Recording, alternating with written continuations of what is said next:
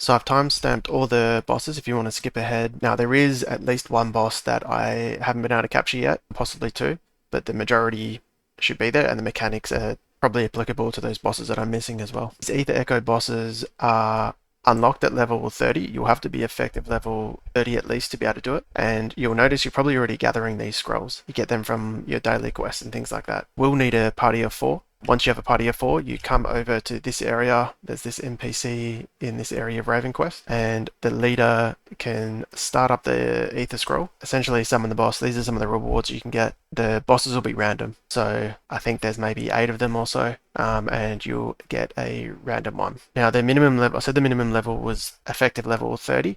However, I'd recommend not doing this until you're above or close to level 40, so maybe at least 36 to 40, and the majority of your group being that as well. Probably respec into Vitality a bit more, even if you're not the tank. I went with Vitality 50 for this, even though I was a DPS, and you can see at some point I only just survived by like 5% HP, and that's the difference that it made. I also recommend having a bit of self-sustain, so I put extra points into Feasting Strikes. You can see I've got 20% cooldown reduction. The team composition in this video, we've got a tank, a melee DPS, range DPS being me, and a healer. I have killed 2 bosses, and plenty of people have done this, where you might have someone like myself as a ranger or ranged attack that gets most of the aggro, kiting, as well as specking into more vitality, generally being strong. Like you have to have this person be just generally quite strong. It can work as well.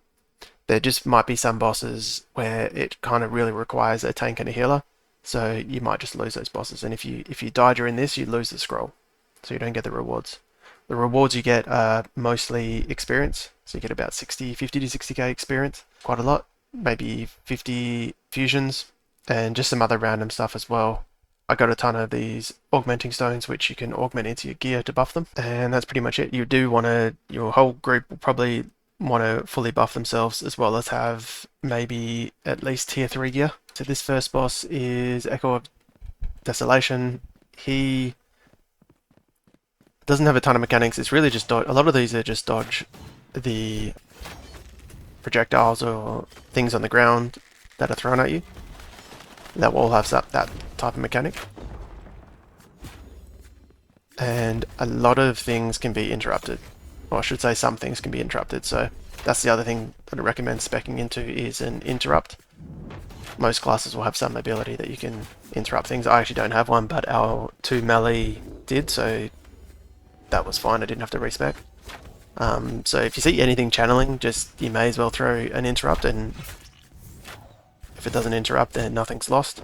The other thing is, you will notice I'm not using my Rain of Arrows generally, is because as a DPS you probably will go out of mana, so don't use literally every ability. Try to be pretty efficient with the mana, because you do want to save your health pots for dicey situations. So that's that one. Look, pretty simple. We do have a pretty strong tank in Vet there, who is also a YouTube content creator, so make sure to type his name into YouTube and check his channel out. He played a lot of Raven Dawn, so he's got a lot of experience and a lot of good guides as well. But this one here is Bloodlust, so again, it's mostly just dodge stuff and interrupt where you can, if possible. There may be some different tank mechanics that I'm obviously not aware of because I'm not tanking and I'm just the range and I'm paying attention to what I'm doing, but in general it's probably pretty similar, just dodge stuff. And there are mechanics like that where he's going to hit every member. So again, that's why everyone does need to be a little bit strong, a bit more vitality than normal, and have some self-sustaining abilities, because you don't want to completely rely on the healer. Because quite often you'll see in one of these fights, he really just has to heal tank, and it's got no chance to heal me really, so I've had to heal myself up. And there'll be those situations. There's that ability there where it attacks everyone again. Nice. Oh my goodness. Oh, there's legacy level 43, and you can see I got that augmenting stone as well. So this is Echo of Judges, or Grudges I should say. And again, probably interrupts, dodge the stuff on the ground. It's always advisable not to stand in front of where the tank is pointing, like I was doing there. Nearly, I think they actually interrupt that ability, but I nearly walked into it.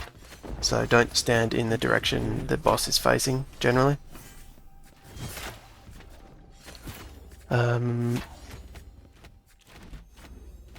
Yeah, pretty simple. Some of these look easier than they are because of the interrupts. So that's a big thing.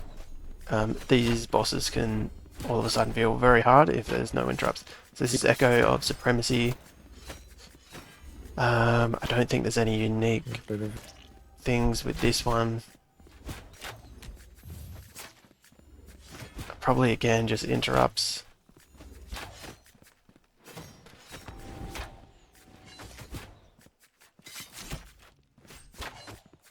Yeah. Again, we're making this look probably easier than it is, because we are quite a strong team.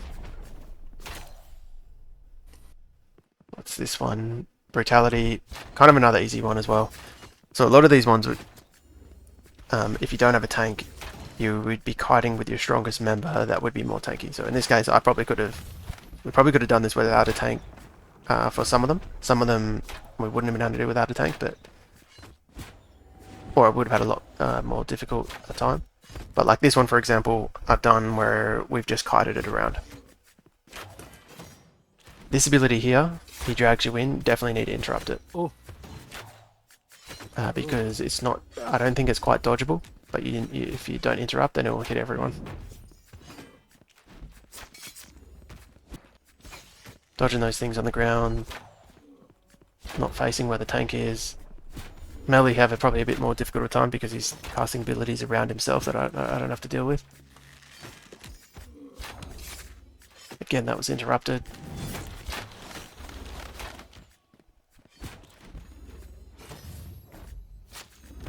Cool. Who's this guy? Echo of Greed. So he, again, probably one we could kite around. Oh, this ability is pretty nasty. Drags you all into those kind of storm, and sometimes it's he drags you in quite deep. And you can see if I didn't have 50 plus points in Vitality, I would have died there. And if I didn't have extra points in my heal ability, may have died as well. Not quite sure, but I've had to use a pot, the heal abilities, and all their Vitality to survive. And I don't think it's... See, there was a bit of a more of a favourable ability from him, like I didn't get pulled in as deep. I don't know if that's something I could have avoided on the first one. Maybe it was.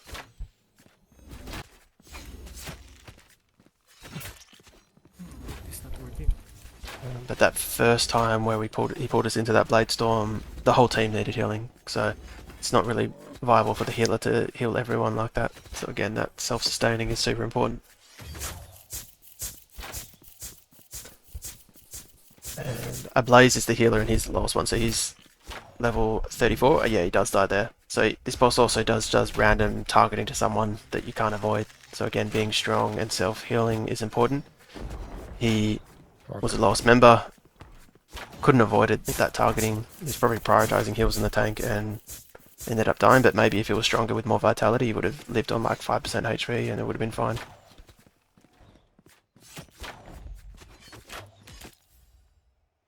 Sweet.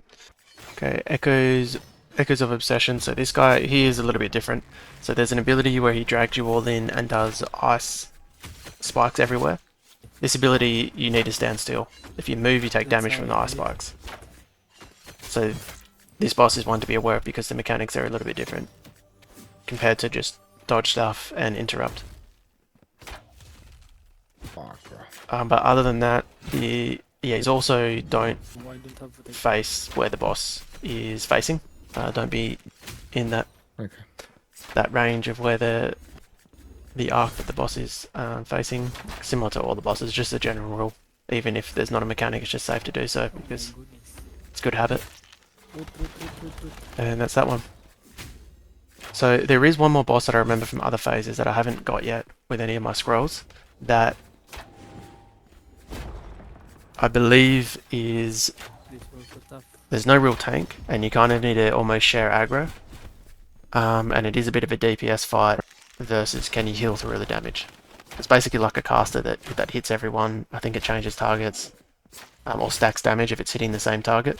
So you will need to kind of taunt off each other. So as much as getting an interruptibility is important, the self-sustain heal ability is important, as well as the a taunt for maybe that boss. So sorry I didn't have a video of that. We just didn't. We got unlucky or lucky, I suppose, to not get that boss. But that one is quite difficult. So if you get a boss that Oh my god. seems to be changing target, is more of a caster, doesn't Oh follow my anyone god. around, it just kind of sits in the middle, make sure to taunt off each other. That's So skills. general rule there, caster that doesn't move, seems to be hitting everyone, make sure to taunt off each other. And kill it as fast as possible. Alright, that's it. If you appreciated that, make sure to like and subscribe, and follow me over on Twitch. I'm going to be streaming, I am streaming on Twitch and YouTube, and feel free to ask me anything down below. I did not complete my Nice. packs.